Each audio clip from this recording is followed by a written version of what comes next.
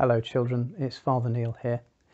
For World Book Day I've been asked to read you a story that I had when I was a child, and I've taken one from the Arabian Night tales, and this one is called Ali Baba and the 40 Thieves. In a town in Persia there lived two brothers, one named Qasim and the other Ali Baba. Now Qasim was rich, and he and his wife Morgiana lived in luxury, but he never shared any of his money with his brother Ali Baba, who was a very poor woodcutter. One day Ali Baba was cutting logs in the forest when lots of men on horses riding quickly stopped in a clearing close by. Ali Baba climbed up a tree and counted up 40 horsemen. The men had saddlebags full of gold, and they took them to a big rock. One of the men, who looked like the leader, cried, "Open, sesame!" And a door in the rock opened, and the men entered a cave. After a while they all came out, and the leader cried, "Close, sesame!" and they rode off. Now Ali Baba got down and walked up to the entrance of the cave and said those magic words, "Open, sesame!" The rock opened and he entered, and inside were great piles of gold and silver and precious jewels, and he soon realized the men were thieves. Feeling it was all right to steal from thieves, Ali Baba decided to take some gold for himself. But when he got back home he became scared and decided to hide the money to keep it safe. Now there was far too much gold to count, so he thought he had better weigh it. But not having any scales, he went to his brother Qasim's house and asked his wife if he could borrow her weighing scales.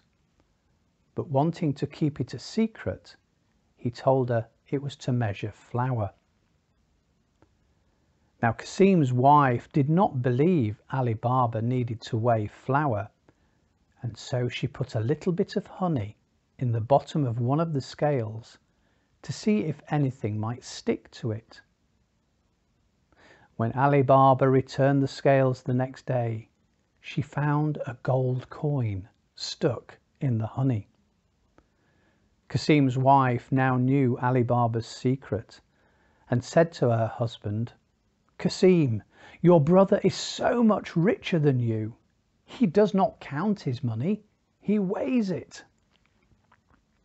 Qasim was very jealous, and next morning he went to Ali Baba's house and, showing him the gold coin, began shouting, "Ali Baba, you pretend to be poor, but you have so much money you weigh it." Ali was scared his brother's shouting might alert the robbers, so he told his brother all about the cave and the 40 thieves. The next morning greedy Qasim secretly went to the cave with 10 donkeys carrying 10 large chests. He got inside by saying those magic words, "Open, sesame!" and he loaded the chests with gold and precious jewels. But when he tried to get out, he realized he had forgotten the right words. He tried saying, "Open, donkey! Open, barley!" But of course it didn't work.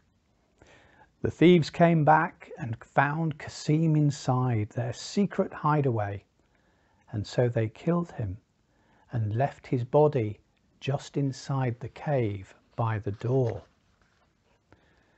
When Qasim did not come home, Ali Baba went to look for him and eventually found his brother's body just inside the cave where the thieves had left it, so he took him home to be buried. Being very kind, Ali Baba now told Qasim's wife Morgiana she could now live with him and he would take care of her. The thieves returned to their cave, and finding Cassim's body gone, they realized that somebody else must know their secret, and so they decided they had to kill him too. They set out to look for him in town, and one thief, speaking to the man who had helped bury Cassim, soon found out it was Ali Baba. The thief put a red chalk mark on Ali Baba's door and went to fetch the other robbers. But Morgiana saw him, so she put red chalk on all the doors in town to confuse them when they returned. When the angry thieves came back, they didn't know which was Ali Baba's house, and so they killed the thief instead.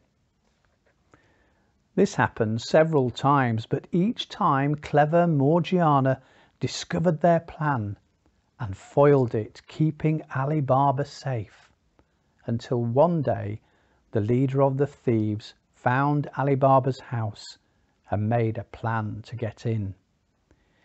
He bought 20 donkeys and 40 large clay jars, each with a loose lid. He loaded the donkeys with 2 jars each and told his 39 men to take their swords and daggers and hide inside the jars until he shouted orders for them to jump out.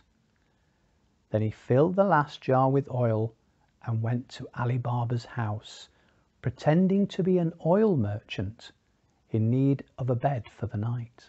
Now Ali Baba was a kind man, and so gave him food and a bed and a stable for his donkeys. But clever Morgiana discovered the thieves' plan, and she killed all 39 thieves by pouring boiling oil into the jars. When the leader came to find out why his men were not ready to fight, he saw they were all dead and ran away. A few weeks later, the leader of the thieves came back to the town and, wearing a clever disguise, made friends with Ali Baba, who invited him home for dinner. But clever Morgiana was suspicious of the man and soon realized it was the leader of the thieves who had returned, planning to kill Ali Baba. So after dinner, Morgiana performed a dance with swords to entertain the guest, and as she got very close, she quickly stabbed him. Now all the 40 thieves were gone, and Ali Baba was finally safe. When he heard about all what Morgiana had done to save him and the wisdom she had showed, he married her, and with all the great treasure from the cave, they lived happily ever after.